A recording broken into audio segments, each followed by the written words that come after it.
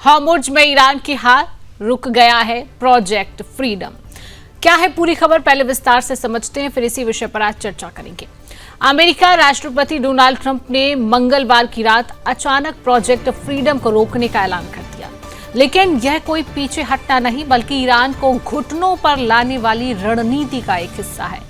राष्ट्रपति ट्रंप ने साफ कहा कि पाकिस्तान समेत कुछ देशों की अपील और ईरान के साथ समझौते में प्रगति को देखते हुए यह फैसला लिया गया है।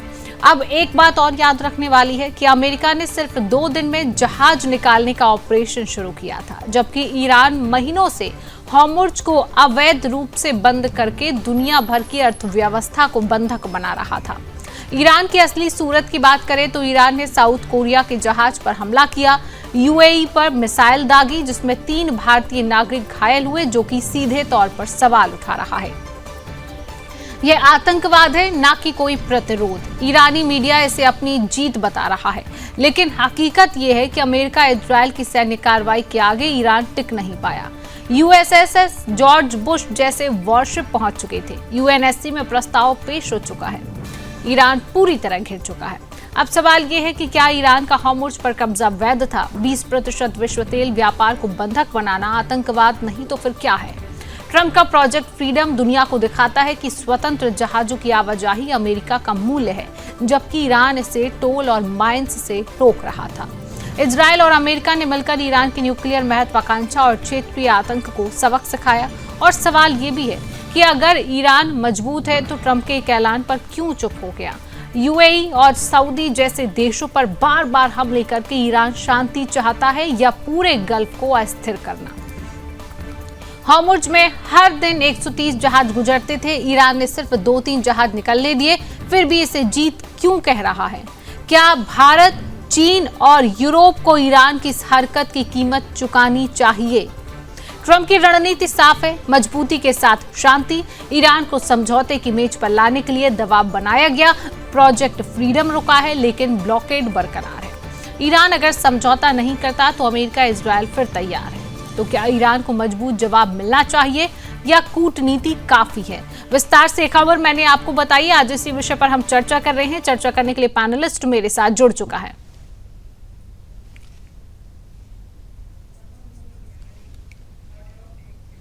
तो परिचय आपसे कराऊंगी, हमारे साथ रक्षा विशेषज्ञ कर्नल टीपीएस त्यागी जी जुड़ चुके हैं। सर, बहुत बहुत स्वागत है आपका सुदर्शन न्यूज में। हमारे साथ international affair expert Arvinder Singh Tejawat ji, sir आपका भी बहुत स्वागत करती हूँ सुदर्शन न्यूज में। चर्चा की शुरुआत टीपीएस सर आपसे ही करूंगी।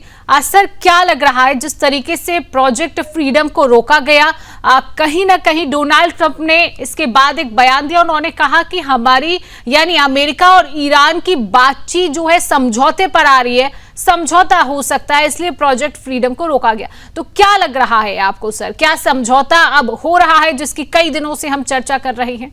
TPS sir. शिवांगी जी, सबसे पहले तो आपका बहुत धन्यवाद अपने प्रतिष्ठित चैनल पर और अपने प्रतिष्ठित को पैनलिस्ट के साथ हमें बुलाने के लिए। डोनाल्ड ट्रंप ने जो एक्शन लिया है जी, वो एक्शन पूरी दुनिया के लिए लिया है। आप ये देखिए कि जब ये प्रोजेक्ट फ्रीडम उन्होंने शुरू किया तो तुरंत ईरान की तरफ से जवाब आया कि ये तो प्रोजेक्ट डेड है, यानी कि इसके खिलाफत में। और उन्होंने रिस्क लिया। जिस स्टेट ऑफ हॉर्मुज़ को ईरान ये कह रहा था कि यहाँ से कोई हमारी परमिशन के बगैर गुजर ही नहीं सकता, वहां से अमेरिका ने अपने शिप को भेजा, जो रास्ते में उनकी so called speed suicidal boat जो भी थी आई, उन 6 आधा दर्जन बोटों को ध्वस्त किया। जो ईरान ने सीज फायर होते हुए भी मिसाइल और ड्रोन धागे उनको न्यूट्रलाइज किया, इंटरसेप्ट किया, और अमेरिका का वॉरशिप स्ट्रेट ऑफ हॉर्मुज़ को क्रॉस करके पर्शियन गल्फ में चला गया और 2 अमेरिकन शिप वहां से वापस भी आ गए गल्फ ऑफ ओमान में। ये जो एक्शन किया, इसके अंदर उन्होंने पूरी ताकत और साहस का परिचय दिया। And it was in the interest of the humanity, it was in the interest of the entire world, क्योंकि सारी दुनिया को एक किस्म से रैंसम पे ले आया है ईरान। ये कार्य करने में अब इससे पहले कि मैं आगे बताऊं, इतना मैं बताना चाहता हूं कि क्या हिंदुस्तान को चुपचाप बैठे रहना चाहिए और हम यही कहते रहे कि डायलॉग, डिसेंसी, डेमोक्रेसी में हम यकीन करते हैं। अरे भाई, मेरे घर में अगर आग लग जाए तो मैं संविधान की धाराओं का विश्लेषण नहीं करता, मैं तुरंत एक्शन लेता हूं।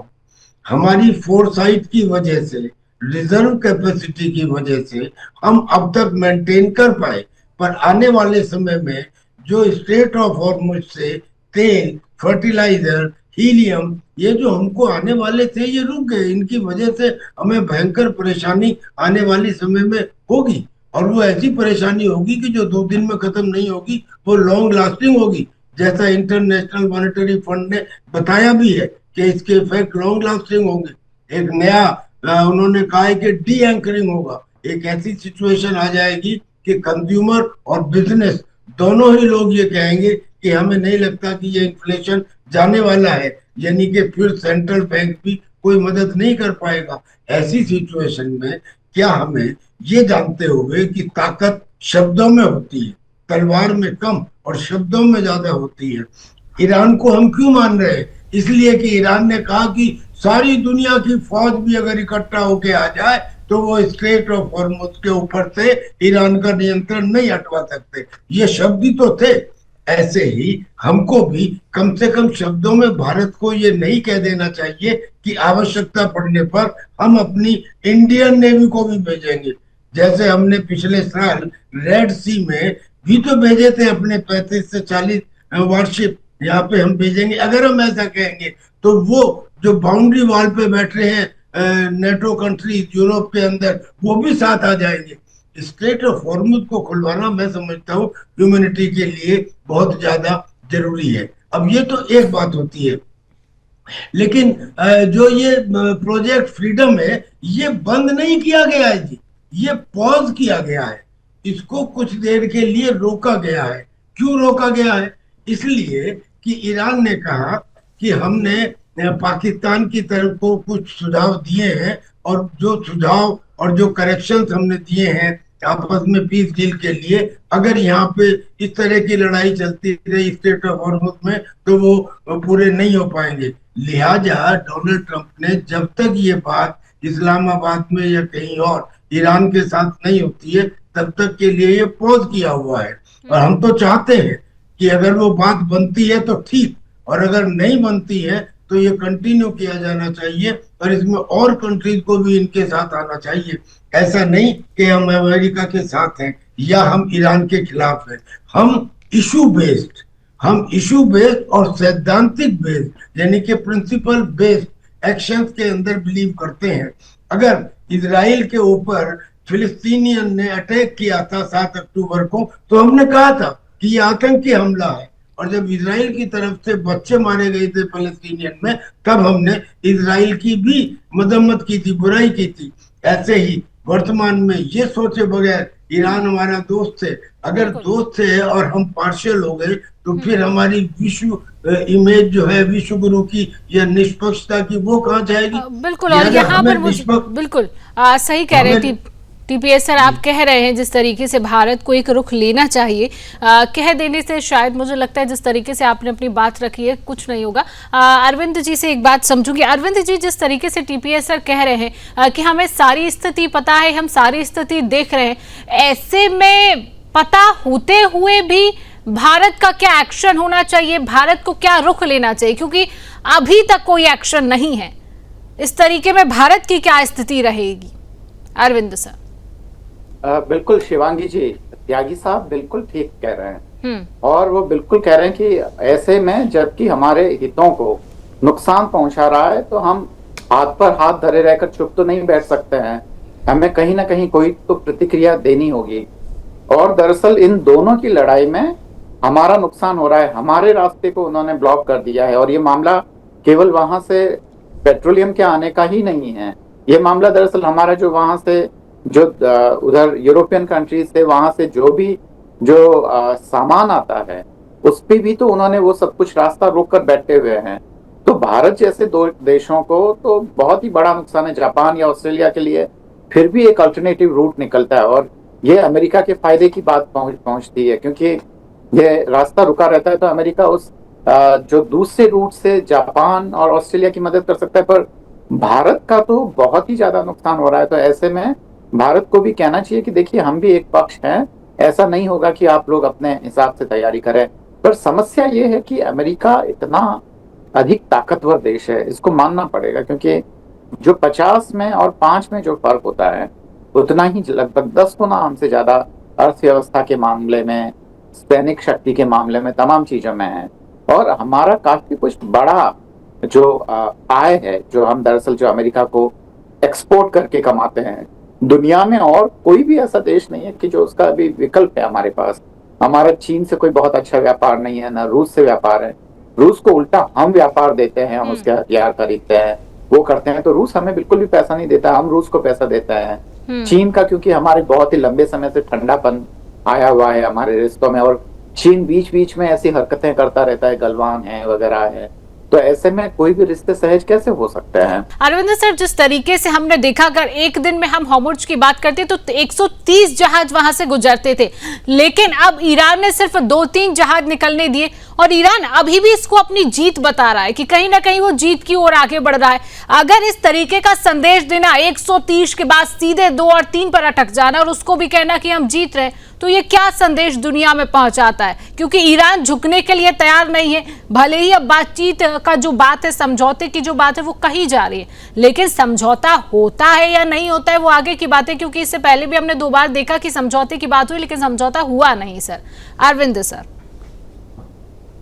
शिवांगी जी, आपकी आवाज म्यूट हो गई थी, तो आपके सवाल का जो पहले वाला हिस्सा है वो तो मैं नहीं सुन पाया, पर दूसरे वाले हिस्से के बारे में हम बात कर लेते हैं। जी। कि दरअसल समझौता होगा या नहीं होगा। तो बात दरअसल ये कि समझौता तब होता है जब दोनों ही पक्षों को लगे कि ऐसा समझौता होने से हमें फायदा है। अभी अमेरिका को इस स्थिति से क्या नुकसान है? उसने पूरी दुनिया को, खासकर रास्तों को, जो व्यापारिक रास्ते हैं, जो जिससे अर्थव्यवस्थाएं जुड़ी हुई है, उसको बंद कर दिया है। कोई देश उसके खिलाफ कुछ बोल नहीं रहा है, तो अमेरिका को नुकसान क्या है? उल्टा उससे तो फायदा ही है अगर ऐसा है।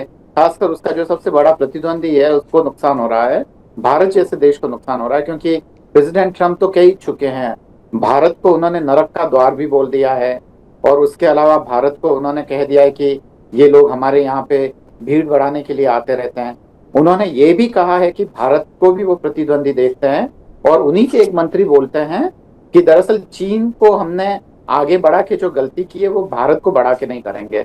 तो जब अगर ऐसी सोच है तो क्या उम्मीद की जा सकती है? तो अमेरिका, मुझे लगता नहीं है कि उसको कोई खास फायदा है। वो जहां पर है उसको उसी में ठीक लग रहा है। और ईरान किस हद पे या किस बुनियाद पे समझौता कर ले?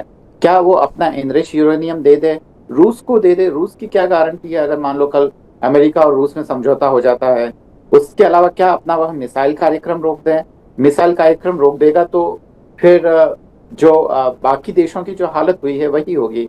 जो एक बार परमाणु सारे हथियार यूक्रेन ने देके जो गलती की है वो का वो अगर ईरान करेगा तो उसका भी वही हाल होगा, जो आज यूक्रेन को अपनी अच्छी खासी जमीन रूस के हाथों गंवा के बैठना पड़ रहा है। तो ये तमाम चीजें हैं जो मुझे लगता नहीं कि अभी ईरान इस समय किसी समझौते की मूड में है, और मुझे ये भी नहीं लगता है कि अमेरिका को कोई समझौता करने से अभी फिलहाल फायदा है। दोनों की ही अपनी शर्तें हैं। तो ये आपके दूसरे सवाल का जवाब है शिवांगी जी। अगर आप मुझे पहला जो हिस्सा है वो दोबारा पूछना चाहें तो। चलिए ठीक है सर, आगे चर्चा करते हैं। टीपीएस सर भी मेरे साथ बने हुए हैं। टीपीएस सर के पास मैं वापस लौटूंगी। सर, जिस तरीके से कह रहे हैं कि आने वाले समय में हो सकता है कि अमेरिका और रूस भी समझौता कर सकता है, तो उसकी क्या स्थिति बनती है? आप भारत को लेकर बात कर रहे थे, मैं उसको भी आपसे एक डीपली समझना चाहूंगी कि आपने कहा कि भारत एक्शन नहीं ले रहा है। स्थिति पता होने के बाद भी हमें सब पता है लेकिन एक्शन नहीं लिया जा रहा, तो ऐसे में भारत को क्या करना चाहिए? देखिए, पहले तो कल को क्या हो सकता है किसकी गारंटी है? जब सेकेंड वर्ल्ड वॉर हुआ था तो जर्मनी ने बाकायदा लिख के एक एग्रीमेंट किया था रशिया के साथ कि हम तुम्हारे ऊपर आक्रमण नहीं करेंगे।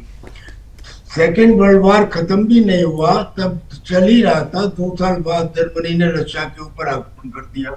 लिहाजा चाहे जिसमें जो एग्रीमेंट हो, कल को क्या होगा कोई नहीं कह सकता, आधा घंटे बाद क्या होगा कोई नहीं कह सकता। ये एग्रीमेंट तो किए ही ब्रीच करने के लिए किए जाते हैं। लिहाजा एक दूसरे देशों के ऊपर ये यकीन करना कि साहब हमको उन्होंने लिख के दे दिया है अब नहीं होगा, ऐसा नहीं कहा जा सकता। चीजें बदलती रहती हैं, देश काल पात्र के हिसाब से समय बदलता रहता है। कल को कोई नया डिक्टेटर आता है, फिर पता नहीं कि उसकी ओपिनियन और उसकी नीतियां क्या होंगी, तो कल के बारे में कुछ नहीं कहा जा सकता। वर्तमान में जो रशिया ने एक प्रपोजल दिया कि मुझे ईरान अपना 460 केजी यूरेनियम जो उसने 60% तक एनरिच कर रखा है। अब पहली बात तो ये, आज करीब करीब 2 साल हो गए ये सुनते हुए कि ईरान ने अपना 400 केजी से ज्यादा यूरेनियम एनरिच कर रखा है। क्या उसके पास सेंट्रीफ्यूज कम पड़ गए? क्या उसे प्लेनेटरी मिक्सर्स अब चाइना से नहीं भेजे गए? क्या कारण है कि तब से ये आज 460 का 460 केजी है? और जो ये IAEA यानी कि इंटरनेशनल एटॉमिक एनर्जी एजेंसी के चीफ हैं, जो बार बार कहते थे पहले कि बस ईरान केवल 10 दिन दूर है एटम बम बनाने में, और ये एक बार नहीं कम से कम 10 बार कह चुके हैं। पिछले 2 सालों से हम लगातार इन्हें ट्रैक कर रहे हैं। अब ये कह रहे हैं कि गारंटी नहीं दी जा सकती, हमको तो नहीं मालूम है, लेकिन फिर भी वो बहुत करीब है। भाई कितना करीब है? 10 दिन है, 5 दिन है, 15 दिन है, किसी को कुछ पता ही नहीं है। अच्छा मान लीजिए कि अगर उसका यूरेनियम ले भी लिया, पहले तो ये वाली कंडीशन कि अगर रशिया ने ले लिया तो रशिया ने ये कहा है कि हम इस यूरेनियम को न्यूक्लियर फ्यूल में बदल देंगे, और न्यूक्लियर फ्यूल में बदल के इसको आपको वापस कर देंगे, ताकि आप अपने पीस न्यूक्लियर रिएक्टर के लिए इसे इस्तेमाल कर सकें। ये तो रशिया ने कहा है। पर मान लीजिए अगर वो नहीं करता, अगर रशिया उस यूरेनियम को वापस नहीं करता, तो क्या ईरान नॉर्थ कोरिया से नहीं ले सकता? जब अमेरिका ने और इजराइल ने ईरान के ऊपर अटैक किया तो उन्होंने क्या तर्क दिया था? उन्होंने ये तर्क दिया था कि अगर हम ईरान के ऊपर अटैक ना करते तो अगले 2-3 दिन के अंदर नॉर्थ कोरिया अपना एटॉमिक बम रशिया के थ्रू ईरान को भेजने वाला था। सच हो या नहीं हो, लेकिन ये बातें सामने आई थी। तो क्या ये सच नहीं है कि अमेरिका ने यूरोप के आधा दर्जन देशों में अपने न्यूक्लियर बम रखे हुए हैं, स्थापित किए हुए हैं? क्या ये सच नहीं है कि रशिया ने बेलारूस में अपने न्यूक्लियर आर्सेनल रखे हुए हैं? यानी कि कल को अगर वो नहीं भी मिला 400 केजी यूरेनियम रशिया से, तो क्या नॉर्थ कोरिया से उसको आर्सेनल नहीं मिल सकता? तो ये न्यूक्लियर के ऊपर जो बहस चल रही है पूरे लंबे समय से, सारी दुनिया को बेवकूफ बनाया जा रहा है। बिल्कुल, और उसमें सारी दुनिया की अर्थव्यवस्था डगमगाई हुई है। अरविंद जी, क्या लग रहा है, जिस तरीके से शुरुआत से हम देख रहे हैं कि न्यूक्लियर को लेकर चर्चा रही है और उसी से युद्ध की शुरुआत हुई है, हालांकि सॉल्यूशन कोई नहीं निकला है, लेकिन इस एक शब्द के पीछे पूरी दुनिया किस तरीके से प्रभावित हो रही है, पूरी दुनिया की अर्थव्यवस्था डगमगाई हुई है। चाहे हम भारत की बात कर ले, चाहे रूस की बात कर ले, चाहे अन्य देशों की हम बात कर ले, अर्थव्यवस्था पर बहुत बड़ा असर यहाँ पर पड़ रहा है। ईरान की खुद अर्थव्यवस्था डगमगाई हुई है, ऐसा नहीं है कि ईरान पर प्रभाव नहीं पड़ा, उसकी भी अर्थव्यवस्था डगमगाई हुई है। तो सर क्या लग रहा है आपको? अरविंद सर जी बिल्कुल, बात तो सही है शिवांगी जी। अगर ईरान की अर्थव्यवस्था नहीं डगमगाई हुई होती तो उनके जो अरागची साहब हैं, उनके विदेश मंत्री, वो इधर उधर से भाग दौड़ नहीं कर रहे होते हैं। आपको पता है कि वो एक एक दिन में 2-2 बार पाकिस्तान जा रहे हैं 24 घंटे में, रूस जाके आ रहे हैं, रूस से गुहार लगा रहे हैं, वहां के वेस्ट एशिया के बाकी देशों से भी वो बातचीत कर रहे हैं कि आप में से कौन हमारी मदद कर सकता है। और ये जो स्थिति है वो वापस जो पुरानी वाली हालत में यथा स्थिति वापस कायम हो जाए तो है। इसका कारण ये है कि मैं परसों अपनी बहन से बात कर रहा था, वो पेट्रोलियम इंजीनियर हैं, तो उसने ये बताया कि दरअसल ईरान के जो तेल के कुएं हैं वो अगर बहुत लंबे समय तक बंद रहते हैं, क्योंकि अमेरिका ने एक तरीके से ब्लॉकेज कर रखा है, तो उसमें जो पेट्रोलियम की जो आवक है उसका डायरेक्शन बदल सकता है और वो एकदम बिल्कुल ही नकारा साबित हो सकते हैं वो कुएं। तो वहां पे प्रोडक्शन होना बहुत जरूरी है। अगर वो प्रोडक्शन रुक जाएगा तो अभी बहुत मुश्किल होगा। और ईरान के पास जितना उसको जो रिजर्व, जो उसकी जो कैपेसिटी थी उसको रिजर्व करने की, वो खत्म हो चुकी है, सारे भरे हुए हैं। और उसको उत्पादन करना जरूरी है। अगर वह नहीं करेगा तो उस पेट्रोलियम के रुकने के साथ साथ उसकी अर्थव्यवस्था भी रुक जाएगी, और उसके साथ साथ वे तेल के कुएं भी बर्बाद हो जाएंगे, जिसको ठीक करने में अच्छा खासा टाइम लगेगा। तो ईरान में आप देखेंगे कि वो डेस्परेशन है, और ईरान चाहता है कि बहुत जल्दी ही चीजें दुरुस्त हो जाएं। जी शिवांगी जी। ठीक है, हमारे साथ टीपीएस सर है। टीपीएस सर, क्या लग रहा है, ईरान तो चाहता है कि सभी चीजें दुरुस्त हो जाएं, लेकिन समझौते की बातचीत आती है। एक समय था जब ईरान ने कह दिया था कि हम एक मेज पर बैठेंगे, लेकिन बातचीत अमेरिका से नहीं होगी। जब इस्लामाबाद में बातचीत का एक दौर आया था, वो दौर भी देखा गया है कि इस्लामाबाद में बातचीत के लिए बैठे, लेकिन ईरान ने दूसरी बार में बातचीत के लिए हालांकि मना कर दिया। और अगर बातचीत नहीं होती है तो समाधान फिर सर कैसे निकलेगा? अगर ईरान अपनी बातचीत पर अड़िग है कि नहीं बात होगी, हालांकि आज समझौते की बात की गई है, क्या लग रहा है सर, क्या बातचीत आने वाले समय में हो जाएगी? जिस तरीके से डोनाल्ड ट्रंप कह रहे हैं कि मेरे और ईरान के बीच में समझौते की बात चल रही है, या फिर सिर्फ कह देना, आगे बातचीत होना ये भी संभव है सर? जी मेरे से पूछ रही हैं? जी आपसे पूछ रही हूँ सर। जी मैं क्योंकि एक फौजी ऑफिसर हूँ, मेरा थोड़ा मिलिटेंट एटीट्यूड होता है, पर है वही सच। Might is right. जब बंदूक सामने हो तो गीता नहीं पढ़ी जाती। मेरे कहने का मतलब ये है कि एक कंट्री है ईरान, उस ईरान ने सारी दुनिया को घुटने टिकवा दिए हैं। वो जो कह रहा है कि नहीं मैं नहीं मानूंगा,